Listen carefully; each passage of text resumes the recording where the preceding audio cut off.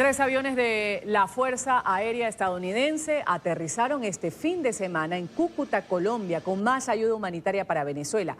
Son tres los aviones de carga administrados de la Agencia de Estados Unidos para el Desarrollo Internacional, USAID, que traen productos de nutrición, suministros de higiene también para ayudar a mejorar la vida de decenas de miles de personas que viven en Venezuela. El senador republicano por el estado de Florida, Marco Rubio, lo escuchábamos hace un momento, visitó el puente internacional Simón Bolívar, que une la ciudad de Cúcuta, Colombia, con San Antonio de Táchira, en Venezuela. Desde el lado colombiano, habló sobre la crisis de Venezuela con la directora de contenidos de NTN 24 y Dania Chirinos. Y Rubio se ha dirigido a los venezolanos que han salido del país. También le ha mandado un mensaje directo a Nicolás Maduro.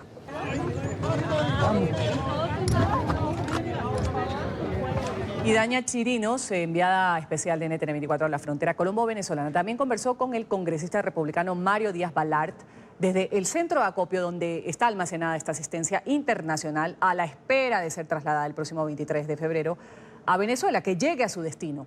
Díaz Balart dijo que Estados Unidos está comprometido con la libertad del pueblo venezolano. Aseguró también lo que llamó tiranías de Nicolás Maduro, que se le están cerrando ya las puertas. Congresista, con frecuencia escuchamos el tiempo a Maduro se le acaba y el tiempo a los militares también. Sin embargo, no hay respuesta de Maduro por razones obvias, pero la cúpula militar no cree en la democracia. No, pero la democracia está avanzando, la libertad está avanzando. Vemos que el pueblo de Venezuela está con la causa de la libertad, está apoyando al gobierno legítimo y constitucional del presidente Guaidó, y que ahora la mayoría de los países del este del hemisferio y las democracias del mundo también están del lado del pueblo de Venezuela. Yo creo que estamos, históricamente, estamos presenciando lo que vimos meses antes del colapso del muro de Berlín, que no sucedió en un día, no fue un evento, pero se hizo inevitable. Yo creo que lo que es inevitable es la recuperación de la soberanía. Y uso la palabra soberanía, porque lo que hay en Venezuela es un ejército de ocupación extranjera, ¿no?, de cubanos. Yo creo que la recuperación de la soberanía y de la libertad y la democracia del pueblo venezolano. Y de venezolanos adoctrinados en Cuba, digo la cúpula del ejército. Sí, pero esa cúpula de Maduro, que son de Maduro y de Castro, que son gángsters. Esto no es un gobierno, no es un régimen, es un grupo de caponistas, de alcaponistas, de mafia, de mafiosos. La pregunta es que por debajo de ellos, si van a seguir estar dispuestos a asesinar a venezolanos, a sus hermanos, a sus hermanas. Y estamos viendo que eso ya se está comenzando a quebrar, y yo creo que lo que es inevitable, y de nuevo, yo no le puedo decir si es días o semanas o meses, pero para mí lo que yo veo es que es inevitable la marcha de la libertad, porque el pueblo de Venezuela no está dispuesto a aceptar menos que eso. ¿Van a continuar las sanciones, congresista, por parte de Estados Unidos? ¿Van en esta construcción de países que de alguna manera vayan cercando económicamente al régimen? Sin duda. Lo que estamos viendo no es el final, es el comienzo. Se le están cerrando las puertas a la tiranía de Maduro y, por cierto, también se le están cerrando las opciones a Maduro y a su gente. Porque Maduro, yo creo que hoy en día él pudiese aceptar lo inevitable que viene, que es la transición hacia una democracia real en Venezuela.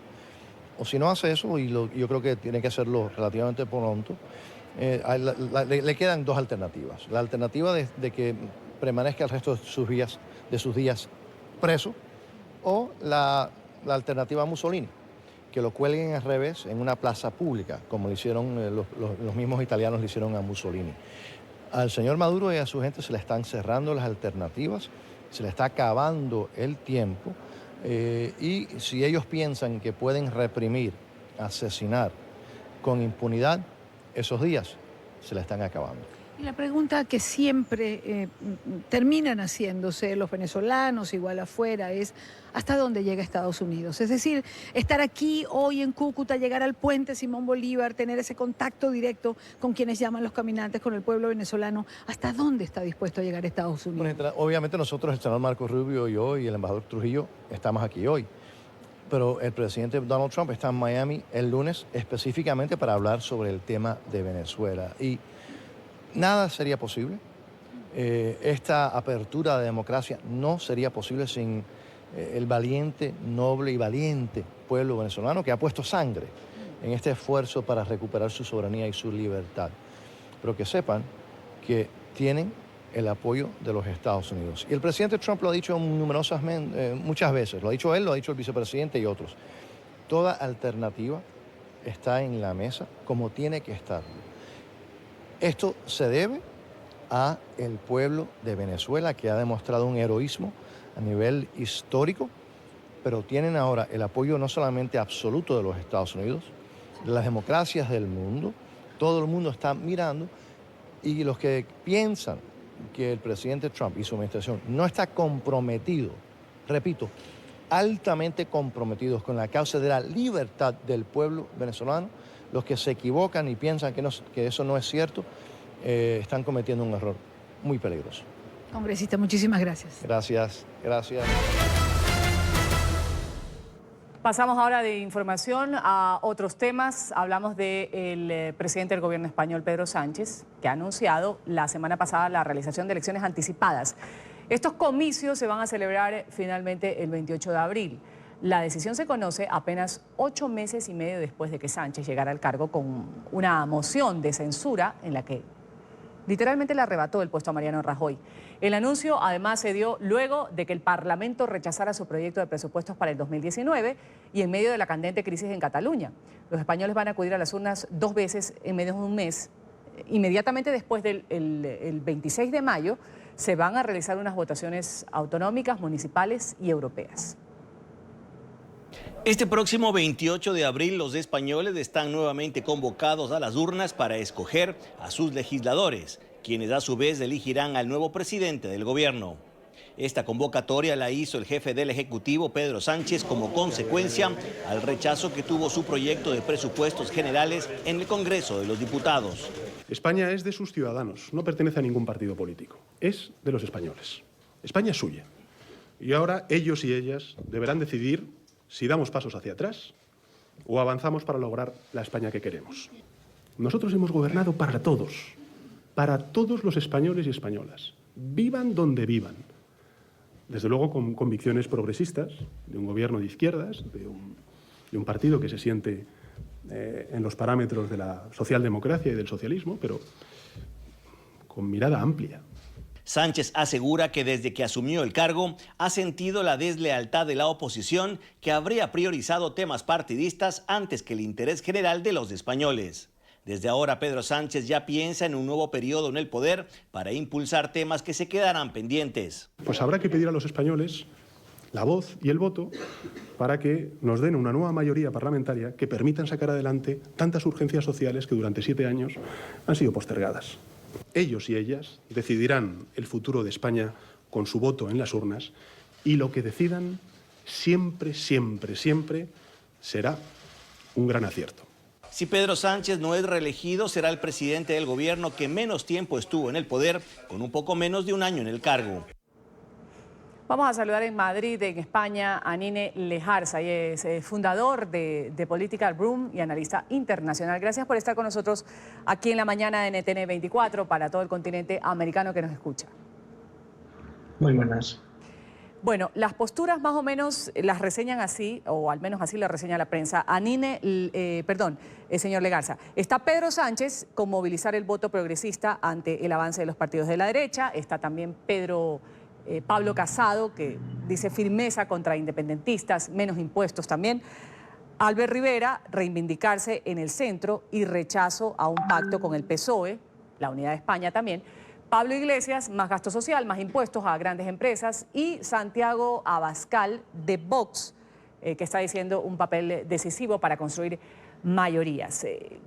¿Con qué se enfrenta el país y qué puede resultar de esta convocatoria, de este llamado a elecciones que ha hecho Pedro Sánchez en los últimos días? Bueno, muy buenos días. Buen día. Para decir a qué se enfrenta España es cuanto menos complicado y hay que tomárselo a veces hasta con ironía, ¿no? Como bien comentabais anteriormente, hay todo tipo de elecciones que pueda convocar el país, las tenemos este año y las opciones son variopintas y algunas desalentadoras, pero es cierto que hay que tener en cuenta que desde el voto progresista de Pedro Sánchez, que no ha podido consolidarse tras la moción de censura, que lo que busca es ese progresismo que el PSOE parece haber perdido desde hace muchísimos años, desde la época de Zapatero, lógicamente, hasta posturas como la de Santiago Abascal, que viene a traer viejos fantasmas anteriores a la democracia española. No dan un futuro muy halagüeño, pero lo que están pidiendo los españoles y las españolas, creo yo, que es un poco que hablemos. O sea, lo que viene a ser el conjunto de, ya no solo de los políticos, sino de los propios vecinos en las casas, de que tenemos que sentarnos a hablar y ver qué es lo que queremos por y para España, porque creo que nos enfrentamos a unas elecciones donde ya no es el bipartidismo el que manda. Eso lo tienen que tener muy claro los políticos y hay 5 o 6 opciones muy importantes donde los votos de las pequeñas formaciones, como pueden ser los partidos nacionalistas o secesionistas, van a contar mucho y más que en otras ocasiones. Y caso y prueba de ello son los presupuestos que Pedro Sánchez no ha podido sacar. ¿Hay alguna situación que se puede resaltar aquí que tiene que ver con esta fuerza política joven, si la podemos decir así, por ejemplo en el PSOE, Pedro Sánchez, en el PP, o sea, está una fuerza, una representatividad de personas de 35 a 45 años. ¿Tiene que ver esto, señor Lejarza, con una nueva tendencia también más allá de las ideologías que cada partido maneje? Sí, era necesario que después de que agradecemos a todas las personas que ya estuvieron en la época de la Constitución, hacía falta una regeneración, ¿no? Una famosa regeneración que se iba pidiendo y los grandes partidos la han cogido, puesto que ya los dos nuevos, hablo de los dos nuevos que ya no son tan nuevos como es Podemos y Ciudadanos, salieron haciendo gala de ella, y ya los dos antiguos han sabido ver que les hacía falta. Para ello, Pedro Sánchez y Pablo Casado son pruebas de que necesitábamos el conjunto de la sociedad y necesitaba la política española unas mentes o una visión de futuro que no es que los antiguos políticos pudiesen dar, pero igual no la veían con la misma necesidad que la puede ver esa franja de edad de los 35 a 45 años, que es donde más se concentra el paro en España. ¿Por qué no hacer una sola votación? Va a haber una dentro de pocos días, luego, posterior, va a haber otra. ¿Por qué no unificar, hablando de gastos también, de costos, de movilización y todo lo que tiene que ver con una elección? Pues fíjese, es algo que cuando salieron las votaciones, la fecha de las nuevas elecciones, creo que todos lo vimos muy claramente, todos los analistas, las votaciones generales, las elecciones a lo que será el Congreso, es un testeo de lo que se viene y de lo que se quiere saber cómo van a ir, va a marcar la ruta de la campaña para las municipales y autonómicas. Es decir, lo que salga el día 28 de abril será una luz y un ápice para que nos hagamos una idea de cómo llegará todo hasta el 26 de mayo, fecha a la cual todavía no habrá un gobierno, porque tendrán que sentarse a hablar, pero todavía seguirán en campaña. Es decir, lo que pase en las votaciones del día 28 va a servir para la campaña del día 26 de mayo. Ahí es donde está el truco de la política de hacer unas votaciones antes de otras, porque si se deja todo para el 26 de mayo, todo desde municipales, autonómicas, nacionales y europeas, todos los partidos se juegan su mano, es como jugar a las cartas, ¿no? Te lo juegas a una mano y todos prefieren jugar con tranquilidad y cautela y quieren tener un poco ese camino. Lo que pasa que yo no hubiese aconsejado eso al presidente del gobierno, puesto que no son lo mismo unas elecciones generales que unas elecciones europeas y que unas elecciones autonómicas. ¿Qué quiero decir con esto? En algunas regiones de España, por ejemplo Cataluña o el País Vasco, donde el secesionismo y el nacionalismo es mayor, en las elecciones autonómicas y municipales ganan las fuerzas nacionalistas, pero en las elecciones generales o en las europeas no ganan las fuerzas nacionalistas. Es decir, no ganan el número de votos ni el número de escaños.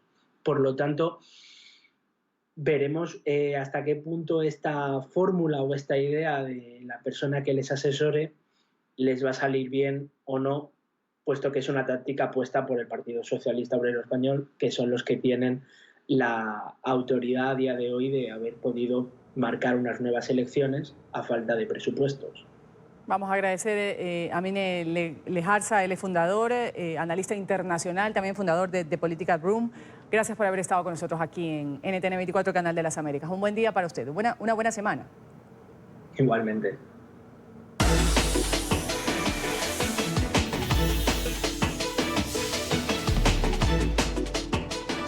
Y los periodistas de NTN 24 en Nueva York, en Washington, tienen la agenda informativa de lo que es noticia a esta hora en la Unión Americana. Empezamos con el presidente Donald Trump, que va a ofrecer un discurso sobre Venezuela, justamente el día de hoy en la Universidad Internacional de Florida, en el condado de Miami-Dade. Esto con el fin de reafirmar su apoyo, ha dicho, al régimen opositor a Maduro y al titular del Parlamento venezolano, quien además pues ocupa el cargo de presidente interino, Juan Guaidó, reconocido por Washington en primera instancia y por más de 40 países como tal.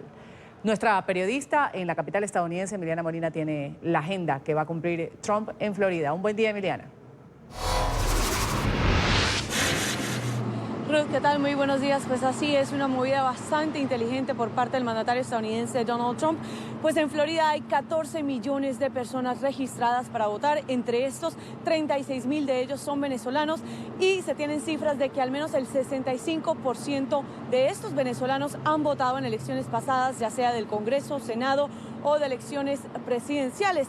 Así que el mandatario estadounidense Donald Trump estará dirigiendo su discurso el día de hoy en esta universidad en Florida, no solo a los generales que mantienen a Nicolás Maduro en el poder, sino también a los venezolanos expatriados que se encuentran actualmente en Florida, un estado clave para las elecciones presidenciales del 2020, donde Trump espera ganarse su lealtad y su voto para estas futuras elecciones. Por otro lado, este discurso llega semanas después de que Juan Guaidó se declarara como presidente encargado de Venezuela y fuera reconocido no solo por Estados Unidos, sino también por más de 60 países, y después de que Trump sancionara también a 5 allegados más a Nicolás Maduro. Incluso este discurso del mandatario estadounidense llega días después de que Elliot Abrams, el enviado especial por parte de Estados Unidos a Venezuela, declarara ante el Congreso en audiencias que Nicolás Maduro no podrá aguantar el clima político y económico por mucho más tiempo que se vive actualmente en este país andino. Esta es toda la información que tenemos en directo desde Washington. Emiliana Molina, Ruth, regreso al Centro Internacional de Noticias con ustedes. Gracias, Emiliana, por ese reporte sobre la agenda del mandatario en Florida, el mandatario estadounidense. Hablamos ahora del Fondo de Compensación para las víctimas de los ataques del 11 de septiembre, aquel ataque del 2001. Se están agotando. Por ello, va a recortar los pagos futuros de entre el 50 y el 70%. ¿Qué tipo de implicaciones tiene este tema y quiénes serían los principales afectados? Enseguida, Alejandro Rincón nos despeja estas dudas. Alejandro, un buen día.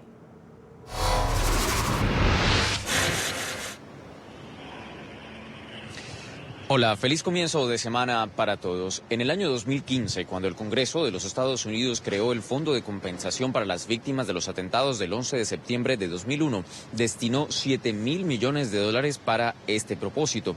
Desde entonces, por lo menos 21.000 personas han recibido recursos para tratamientos médicos, la mayoría de ellos por complicaciones de cáncer derivados con la exposición de los residuos tóxicos de esos atentados terroristas. De acuerdo con la administración de este Fondo para la Compensación de Víctimas, en los últimos 2 años, el número de personas que han presentado reclamos en busca de recursos a este fondo ha escalado de manera tal que se han reducido notablemente esos $7.000 millones previstos originalmente para el fondo. La situación de esta entidad es tan grave que la administración de este servicio advirtió que quienes han presentado reclamos en los últimos meses y empiecen a recibir dinero tendrán una reducción de por lo menos el 70%, incluso para aquellos que presenten reclamos al fondo a partir del 1 de febrero de 2019 verán esta notable reducción en ese apoyo destinado por el gobierno de los Estados Unidos. Por las implicaciones que tiene la reducción de este fondo y en particular necesitan esos recursos para sus tratamientos de cáncer principalmente, se hace un llamado directo a la administración Trump para que considere rápidamente una extensión de los recursos previstos para este fondo. Sin embargo, por ahora, a pesar de la grave situación de este fondo para la compensación de víctimas, no ha habido respuesta alguna de la Casa Blanca.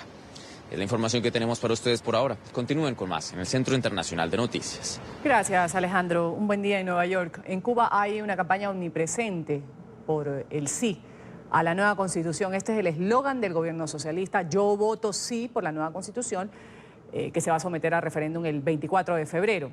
Aparece por todos lados, genera críticas en redes sociales. Yo voto sí. Ese es el eslogan del gobierno socialista cubano para fomentar la aprobación de la nueva Constitución, que será sometida a referendo el 24 de febrero. Está presente por todos lados y genera críticas en las redes sociales. Y por eso el 24 de febrero yo voto sí, Cuba vota sí, nosotros votamos sí. Durante 3 meses en 2018, el proyecto de nueva Carta Magna, que debe reemplazar a la vigente de 1976, fue debatido por la población antes de ser ajustado y aprobado a fines de diciembre por el Parlamento. El resultado es un texto que reconoce el mercado, la propiedad privada y la inversión extranjera sin renunciar a la sociedad comunista. Decir sí también a la revolución y a todo lo que nos compete a los cubanos, ¿verdad? Y creo que todos debemos votar. De acuerdo con Orges Rodríguez del blog yucabite.org, la campaña Yo voto sí del gobierno también es una respuesta a la del Yo voto no que se propagó por internet a pocos meses de que se implementara el servicio 3G para los móviles en la isla. Yo pienso que la propia preocupación que tiene el gobierno es precisamente por el impacto que esto puede tener en el voto. O sea, no tenemos manera los ciudadanos de comprobar realmente porque no hay una institución independiente electoral que te permita saber la veracidad del resultado. Como reveló el blog independiente 14 y medio, no es posible enviar un SMS a través del operador único ETEXA que contenga los lemas Yo voto no o Yo no voto, ya que estos nunca llegan a su destinatario. El documento proporciona una base legal para la apertura de la economía cubana que comenzó hace 10 años. Por otro lado, se abandonó la definición de matrimonio como la unión entre 2 personas que había abierto el camino al casamiento homosexual. Según las autoridades, la mayoría de los participantes en el debate se opuso a esa modificación. Continuamos con el programa. Andrés Manuel López Obrador de México va a cerrar un mítico centro carcelario de Islas Marías. El presidente mexicano ha visitado esta zona en el Océano Pacífico, donde anunció que después de más de un siglo va a dejar de ser una prisión. El mandatario aseguró que se reunió el año pasado, el 2018, con empresarios de Nayarit para dialogar sobre el mejor uso que se le podría dar a esta colonia penitenciaria, entre los que destacó convertirla en un atractivo turístico. En este archipiélago hay 4 centros carcelarios donde los prisioneros tienen acceso a actividades para desarrollar sus habilidades en talleres de teatro, de baile, música y carpintería. La visita de AMLO a las Islas Marías forma parte de una gira del fin de semana que lo llevó al mandatario a recorrer los estados de Sinaloa y Durango. Tensión e incertidumbre en Haití tras una semana de manifestaciones violentas que cobraron la vida de 9 personas. Este fin de semana el país ha vivido una tregua que les ha permitido a los ciudadanos salir a comprar comida y agua. Sin embargo, las movilizaciones para exigir la salida del poder del presidente Jovenel Moïse prometen reanudarse en las próximas horas. Sectores de la oposición han llamado a nuevas manifestaciones hasta lograr la renuncia del mandatario, que cumple 2 años en el poder y está salpicado en escándalos de corrupción. Otro grupo de migrantes centroamericanos ha intentado ingresar de manera ilegal a territorio mexicano para emprender camino hacia Estados Unidos. Sin embargo, la policía de la ciudad de Tapachula no les ha permitido el ingreso a este territorio mexicano y los ha obligado a regresar a Guatemala. En medio del desalojo, las autoridades utilizaron gases lacrimógenos. Entonces, ¿qué pasa? ¿Por qué a nosotros nos tratan así si no somos delincuentes? Nosotros no queremos defender los derechos de nosotros. ¿Qué quieren pasar? En nuestro país estamos huyendo de nuestro país. Sí, la verdad es que sí, más que todos los niños se asustan mucho. Sé que Dios decida, Dios es el único que nos puede guiar. Sin importar las bajas temperaturas, decenas de residentes de Illinois han salido a las calles para rendir homenaje a las 5 víctimas del tiroteo del pasado viernes en una fábrica que cobró la vida de estas personas. 5 cruces blancas con los nombres de los fallecidos fueron cargadas por los asistentes que exigen al gobierno mayor control de armas. En los hechos, otro empleado de la fábrica y 5 policías resultaron heridos. El atacante fue abatido en la escena del crimen.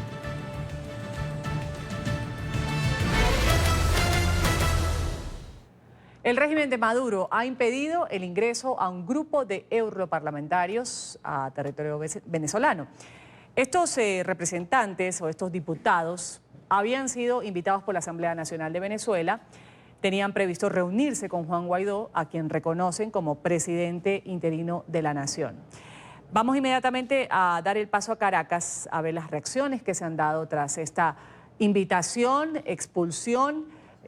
Finalmente no pudieron lograr su cometido de reunirse con Juan Guaidó y con otras autoridades en Venezuela. Un buen día, Daniela Zambrano, y vamos a empezar con el argumento que dieron los maduristas para no permitir el ingreso de estos legisladores. Dicen que tenían fines conspirativos.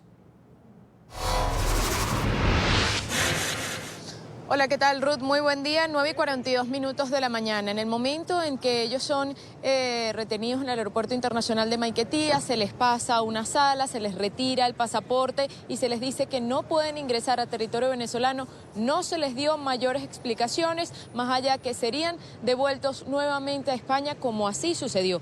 El hecho se registró aproximadamente a las 7 de la noche, hora local. Afortunadamente, ellos tuvieron el acompañamiento del embajador de España en Venezuela, que estuvo muy pendiente de estos 5 eurodiputados. Me permito nombrarlos: Esteban González Pons, quien encabezaba la delegación y es portavoz de la delegación española del PP en el Parlamento Europeo; Esther Delán, José Ignacio Salafranca Sánchez, Gabriel Matos Adrover y Juan Salafranca, secretario general adjunto del grupo parlamentario del PPE. Ellos estuvieron algunos minutos en el Aeropuerto Internacional de Maiquetía después de estar en 12 horas de vuelo. Allí lograron hacer la denuncia, un video que fue difundido a través de los medios de comunicación. Calificaban al régimen de Nicolás Maduro como una dictadura. Decían que ellos habían sido invitados formalmente por la Asamblea Nacional de Venezuela y que tenían previsto además reunirse con Juan Guaidó, a quien reconocían como presidente encargado, que ellos se iban luego de ser expulsados, pero que volverían cuando Venezuela estuviese en libertad. Veamos el video que difundieron a través de las redes sociales. En este momento estamos siendo expulsados de Venezuela, nos han retenido los pasaportes, no nos han comunicado la razón de la expulsión ni tenemos ningún documento que justifique el por qué nos tiran fuera del país.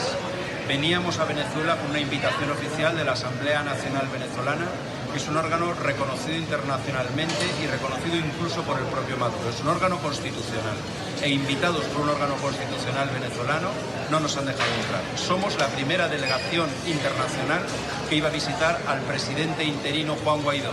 No se trata de no dejarnos entrar a nosotros, sino de no dejar que el presidente interino Juan Guaidó vea a ninguna personalidad de fuera de Venezuela. Cuando en un país un dictador cierra las ventanas y apaga las luces, es que va a pasar de las palabras a los hechos. ¡Viva Venezuela libre! Este hecho, que además vale la pena destacar, no es la primera vez que sucede en territorio venezolano. El gobierno de Nicolás Maduro ya tiene en su haber varias deportaciones y expulsiones a diplomáticos de otros países. Fue rechazado inmediatamente tanto por dirigentes opositores en Venezuela como fuera del país. También tuvo lugar un pronunciamiento de Juan Guaidó a través de las redes sociales diciendo que esto solo le elevaba el costo a lo que ya era un hecho, que es la transición en Venezuela. Veamos. La delegación de eurodiputados invitada a Venezuela es expulsada por un régimen aislado y cada vez más irracional. Es el usurpador quien eleva el costo a lo que es un hecho, la transición. Ejercemos toda la presión necesaria para lograr el cese de la usurpación. Seguimos. También hubo una reacción a través de las redes sociales de parte de Jorge Arraza, canciller de Venezuela. Me preguntabas al principio de este contacto cuál fue el argumento, aunque no se les dijo a ellos directamente a través de las redes sociales. Jorge Arraza sí dijo que se pretendía perturbar la paz y que ya se les había advertido que no iban a entrar a territorio venezolano. Veamos lo que difundió a través de las redes sociales. El gobierno constitucional de la República Bolivariana de Venezuela no permitirá que la extrema derecha europea perturbe la paz y estabilidad del país con otras de sus groseras acciones injerencistas. Venezuela se respeta. Por vías oficiales diplomáticas, las autoridades del gobierno bolivariano de Venezuela le notificaron hace varios días al grupo de eurodiputados que pretendía visitar el país con fines conspirativos, que no serían admitidos, y se les instó a desistir y evitar así otra provocación.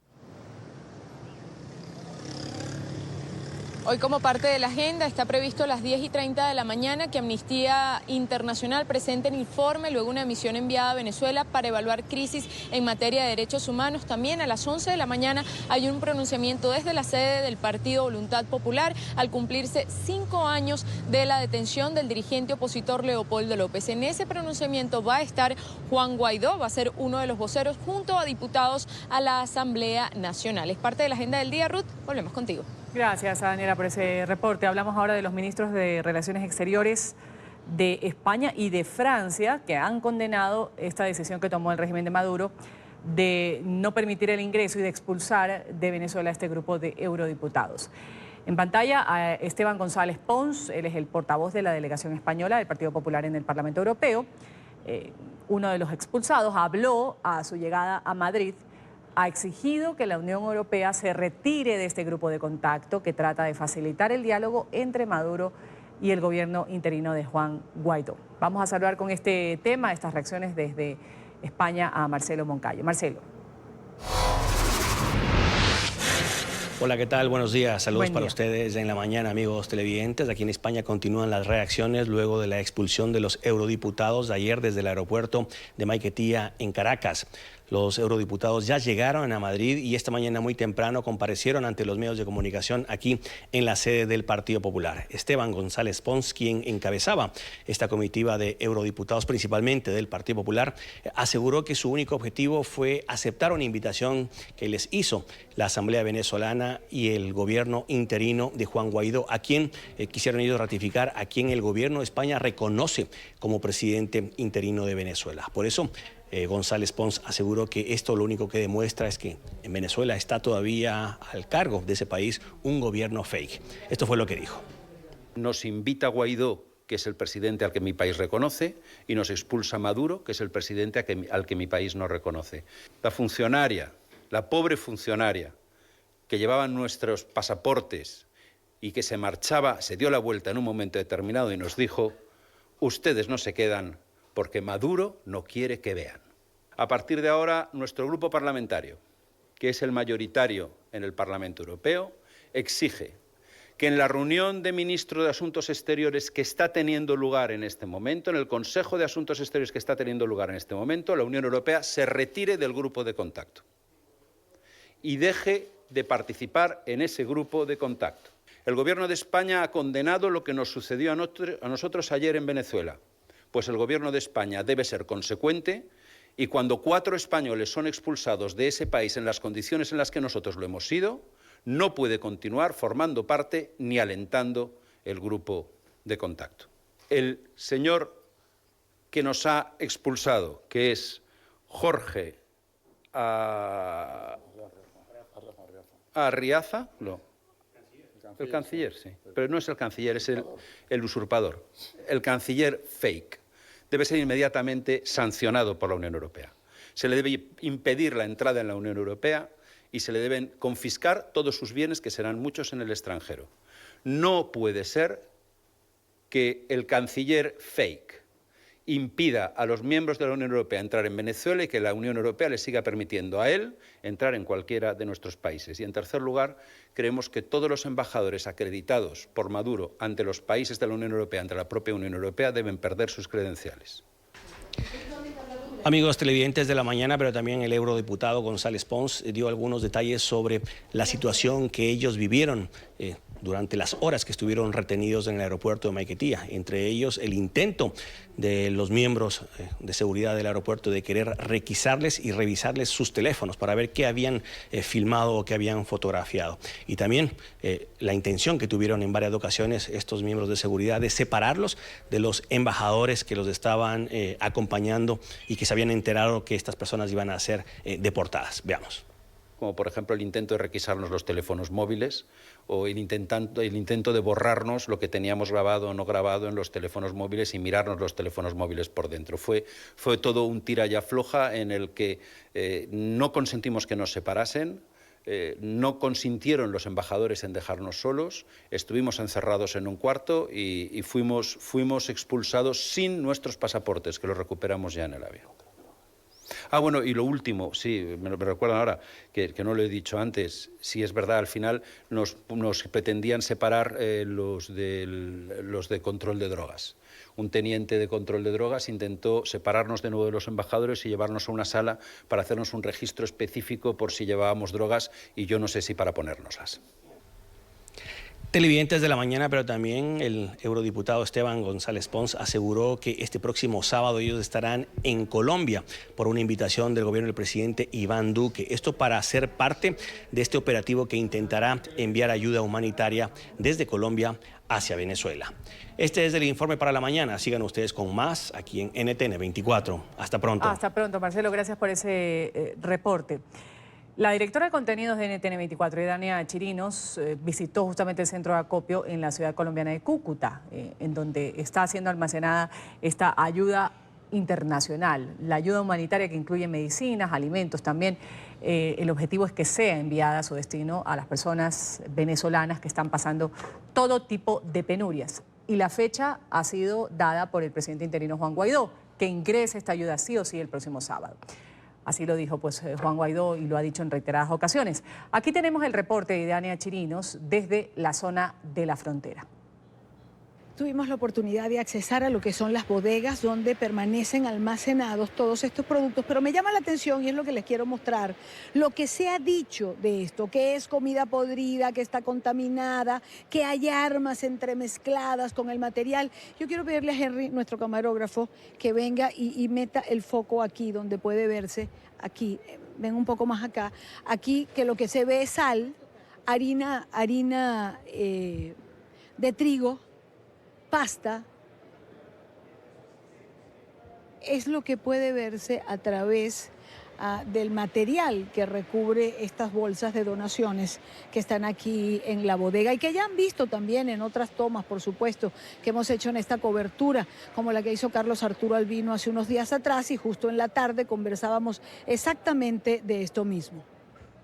Bueno, y justamente esta ayuda humanitaria para los venezolanos no solo está en la frontera con Colombia. Este domingo varios voluntarios ofrecían consultas médicas en un campamento en una zona al suroeste de Caracas como parte de la ofensiva para el ingreso de esta ayuda humanitaria liderada por el presidente interino Juan Guaidó. Brigadas de voluntarios comenzaron a trabajar en varios estados de Venezuela el domingo en preparación para la llegada de ayuda extranjera que ya se acopia en Colombia, Brasil y Curazao. La convocatoria lanzada por el líder opositor Juan Guaidó, reconocido por 50 países como presidente interino, es un desafío al gobierno de Nicolás Maduro, que considera la ayuda principalmente estadounidense como el inicio de una intervención armada para derrocarlo. Guaidó asegura que el país se prepara para la avalancha humanitaria prometida para el 23 de febrero, aunque no ha revelado detalles de cómo vencerán el cerco. En distintos puntos del país, médicos generalistas, pediatras, nutricionistas, odontólogos y enfermeros voluntarios atendieron a los vecinos de varias comunidades. Quiero ver cómo mi país y las personas de mi país salen adelante, salen de las malas condiciones sanitarias, salen de sus enfermedades. Basta de que la gente se esté muriendo por falta de insulina, de que estén desnutridos. Hoy se han recibido muchísimos casos de personas que están por debajo de su peso, por debajo de su talla y sus medidas en general, que pueden ser indicios de desnutrición o de mala alimentación. Se han recibido también muchísimas personas con parásitos. El senador republicano estadounidense Marco Rubio llegó el domingo a Colombia y se reunió con funcionarios que trabajan en el puesto de acopio en Cúcuta. El que impida la entrada de la ayuda humanitaria está condenado a pasar el resto de su vida huyendo la justicia internacional, porque eso es un crimen internacional. El funcionario también visitó el puente internacional Simón Bolívar, fronterizo con San Antonio de Táchira. Guaidó destacó que se han recaudado unos 110 millones de dólares en asistencia y para el 22 de febrero el multimillonario británico Richard Branson organiza un concierto en Cúcuta con artistas de renombre internacional a fin de recaudar otros 100 millones en 60 días. Vamos a continuar parte de la agenda del presidente estadounidense Donald Trump para el día de hoy. Está a hablar en una universidad en Florida y va a hablar sobre el tema Venezuela. Así lo informó la Casa Blanca. Va a hacer referencia a los peligros del socialismo, va a reiterar su apoyo al presidente interino Juan Guaidó. El gobierno de la Unión Americana, recordemos que ha sido firme en reconocer el gobierno de Juan Guaidó y continúa, dice, sus esfuerzos para incrementar la presión contra Nicolás Maduro para que abandone el poder. 5 años preso por el régimen de Maduro. Esto es lo que cumple Leopoldo López bajo arresto en medio de la transición política que ha iniciado Juan Guaidó el pasado 23 de enero. Con videos y mensajes en redes sociales, compañeros de lucha política y su familia recuerdan lo ocurrido el 18 de febrero en Caracas, cuando el líder de Voluntad Popular se entregó a las autoridades del régimen. López fue uno de los líderes de las protestas contra Maduro el 12 de febrero del 2014, que terminaron en enfrentamientos violentos, dejaron 43 muertos. Por instigar a las manifestaciones, afectación al orden público, estos han sido los cargos presentados por el madurismo.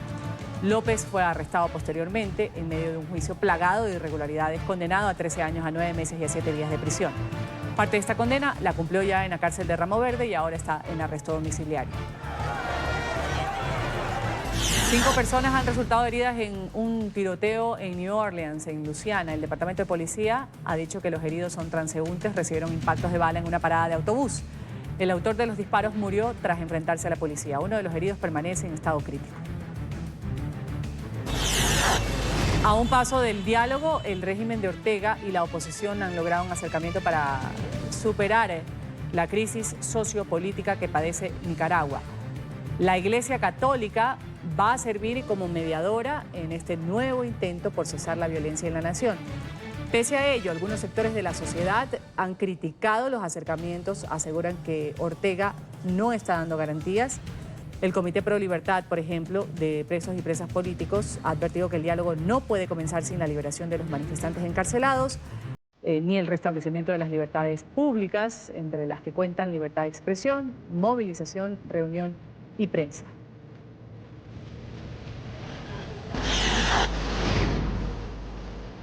Un desafío para el Papa Francisco justamente esta semana, donde va a tener lugar la histórica reunión sobre pederastia, será en el Vaticano. El pontífice habló del encuentro que se va a celebrar del 21 al 24 de febrero, ha calificado como un acto de fuerte responsabilidad pastoral ante un desafío urgente.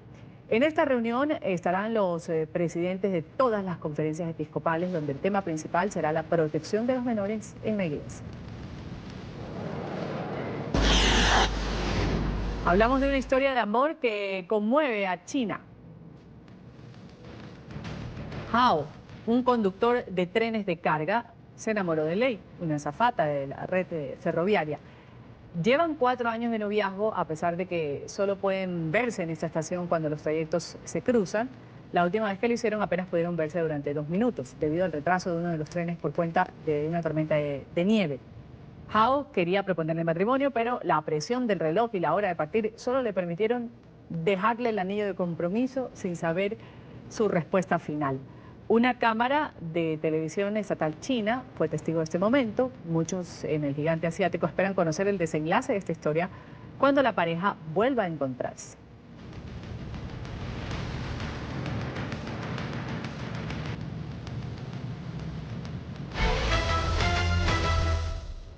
En la población de Badiraguato, en el norte, en el estado mexicano de Sinaloa, los habitantes aseguran extrañar mucho a uno de sus ciudadanos ilustres, según lo dicen, Joaquín El Chapo Guzmán, el temido narcotraficante al que describen como si fuera una deidad que los protegía. Aquí en Badiraguato, en el norteño estado mexicano de Sinaloa, se rinde culto con canciones, fotografías y frases al capo del narcotráfico Joaquín El Chapo Guzmán, el hijo pródigo del poblado.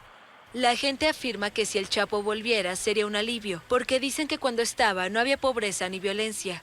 Describen al pueblo como un territorio con un autogobierno no reconocido y un mandatario dadivoso. Ayudaba a enfermos, algo, pues apoyaba, ¿verdad? ¿Sí los apoyaba? Sí, los apoyaba, sí. Ya no se ve tanto movimiento de dinero, se ve tranquilón. 9 de cada 10 personas que residen en Badiraguato viven en condiciones de pobreza o pobreza extrema.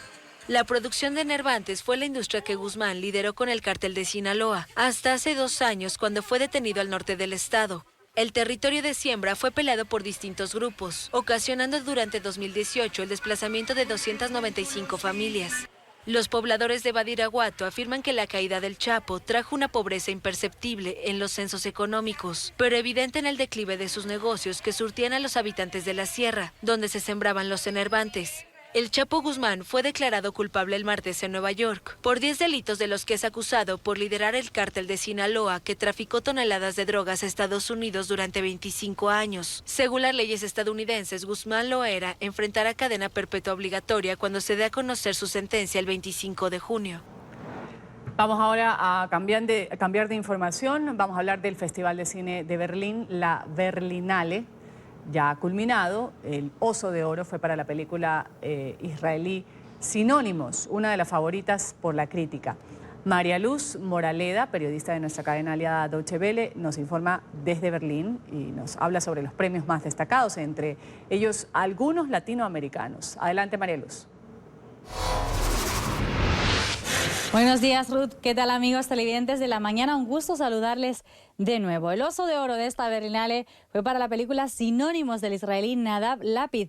Basada en la propia biografía del cineasta, Sinónimos cuenta la historia de un ex soldado en París que abandona Israel a causa de la situación política.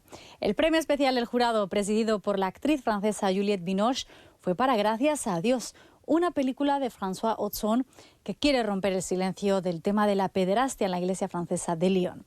2 Osos de Plata, mejor interpretación masculina y femenina, fueron para la misma película, una de las favoritas de competición, la china So Long My Son.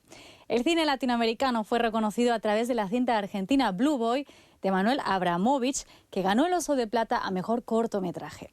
Por otro lado, la argentina Breve Historia del Planeta Verde de Santiago Loza se llevó el premio Teddy Bear a mejor largometraje de temática LGTBI. Y por esta misma temática, la chilena Lemebel ganó el premio Teddy a mejor documental. Lemebel aborda la figura del escritor y activista chileno Pedro Lemebel. Deutsche Welle entrevistó a la directora de este documental, Joana Reposi, y esto fue lo que nos dijo. Esta película comienza el 2007.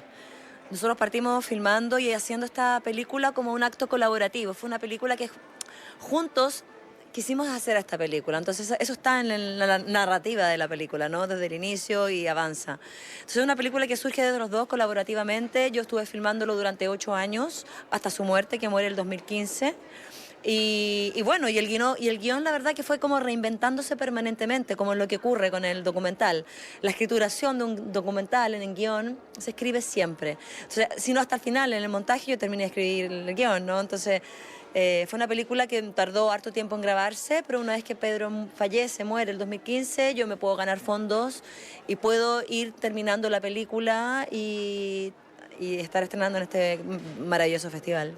Y es que esta Berlinale se ha convertido en altavoz de las protestas ante la situación política que atraviesa Brasil. Destacamos, por ejemplo, Marighella, la película ópera prima de Wagner Moura, el actor principal de la serie Narcos, que aquí ha querido retratar la figura del político y organizador de la lucha armada contra la dictadura en Brasil.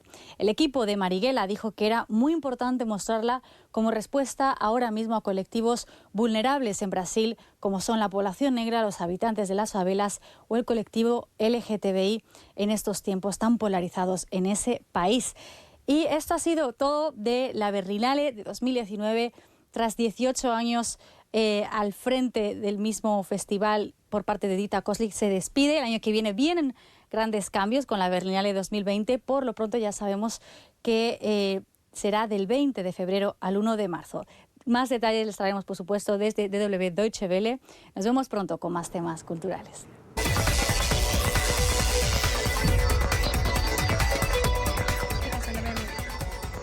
Bueno, una nueva aplicación. Nos va a hablar enseguida con el segmento Ciencia, Salud y Tecnología María Fernanda Fuentes. ¿De qué se trata en este lunes, María Fernanda, esta aplicación? Hola Ruth, muy buenos días. Bienvenidos todos a Ciencia, Salud y Tecnología. Se trata de la aplicación iNaturalits porque será protagonista en el reto Naturalista Urbano 2019. Esta competencia internacional que reúne a más de 150 ciudades de todo el mundo tendrá como objetivo contar y documentar la mayor cantidad de especies vivas. El Parque Natural Metropolitano de Panamá, el Parque Municipal Summit y los alrededores del Biomuseo en la calzada de Amador serán los lugares donde se presentará la actividad entre el 26 y el 29 de abril de este año. De esta manera, no solo las personas conocerán más del patrimonio natural de Panamá, sino que también podrán ayudar a los científicos a identificar y comprender diferentes ecosistemas y especies. En 2018 participaron alrededor de 17.329 personas de América, Europa y Asia, y se cree que este año el evento atraerá más participantes amantes de la naturaleza. Esta competencia de 4 días se podrá seguir a través de la página web Saturday Natural Challenge y sus resultados serán publicados el 6 de mayo.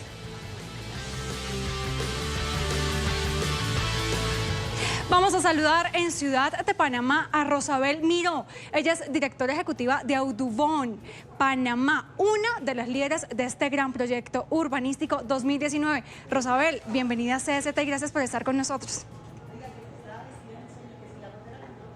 Hola, buenos días. Gracias por la invitación que nos hacen.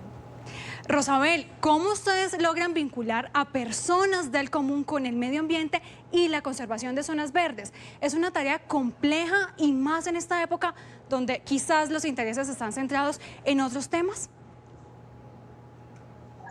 Pertenezco a una organización que se llama Sociedad Audubon de Panamá y esta organización se dedica a la conservación de aves y los hábitats que las aves utilizan. Y a través de esta actividad lo que buscamos es conseguir que más gente aprecie la naturaleza, se enganche con la naturaleza y de paso pues reconozca que están viviendo en ambientes muy diversos, en algunas ocasiones hasta megadiversos, y pues queremos conectar a la gente, queremos que la gente haga un poquito de esto de ciencia ciudadana para colaborar con una mejor comprensión y conocimiento de las especies que tenemos habitando con nosotros. Rosabel, justamente las tecnologías son esenciales porque están siempre presentes en nuestro diario vivir. Ustedes crearon una aplicación para el reto Naturalista Urbano 2019. ¿Cómo funciona y cómo podemos acceder a ella? Para hacer la actividad, el reto Naturalista Urbano en Ciudad de Panamá se está utilizando mayormente los celulares. Lo que queremos es poder darle un uso constructivo tanto a los celulares como al uso de las redes sociales, y para ello se usan celulares iPhone o celulares Android e incluso cámaras a través de una aplicación que se llama iNaturalist o iNaturalista. Esta aplicación pues te va a permitir tomar fotografías de las especies de plantas, animales y hongos que tengas en los alrededores, y pues de alguna forma vas a empezar a documentar esa biodiversidad que tienes en tu alrededor. Rosabel, ¿por qué Ciudad de Panamá? ¿Por qué ustedes deciden unirse y además crear este reto para contar fauna y flora?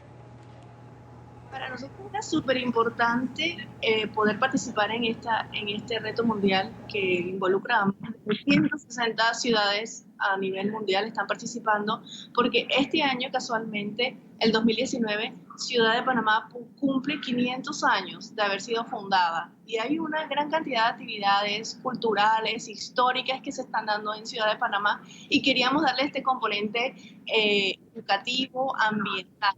Mucho enfoque del ambiente, que a pesar de que han pasado ya 500 años y hemos tenido muchísimos cambios, seguimos todavía siendo una ciudad muy naturaleza mega diversa, no solamente los habitantes humanos, sino también todas estas plantas, animales y otras especies. Rosabel, como nos cuentas, Panamá está liderando este escenario y nos decías también que hay muchos países vinculados. ¿Cuáles son los países que se unieron a este proyecto ambiental? Mira, estuve sacando la cuenta y estamos participando como 9 países latinoamericanos, además de Estados Unidos y Canadá. Tienes desde México, Panamá, Colombia, Ecuador, Perú, Chile, Brasil, Argentina. Y vamos a estar, en Ciudad de Panamá nosotros vamos a estar compitiendo con 8 ciudades latinoamericanas que al mismo tiempo son ciudades capitales. Así que el reto va a estar súper interesante porque vamos a estar ahí pues viendo a ver qué ciudades están dentro, en América Latina, están dentro de las primeras ciudades en biodiversidad. Y en el caso particular de Colombia, pues sí, allá también hay algunas ciudades, entre ellas la ciudad de Bogotá también va a estar compitiendo con la ciudad de Panamá. Una competencia bastante interesante. Rosabel, ahora, ¿cómo ha sido el vincular a diferentes organizaciones a este reto tan importante para el medio ambiente? Mira, lo que se está tratando de hacer, y esto es una actividad que no solamente estamos haciendo Sociedad Odón de Panamá, la estamos haciendo en colaboración con un museo, el Biomuseo, el Museo de la Biodiversidad, el Parque Municipal Summit, que es administrado por el municipio de Panamá, y el Parque Natural Metropolitano, que es un área protegida aquí en plena ciudad de Panamá.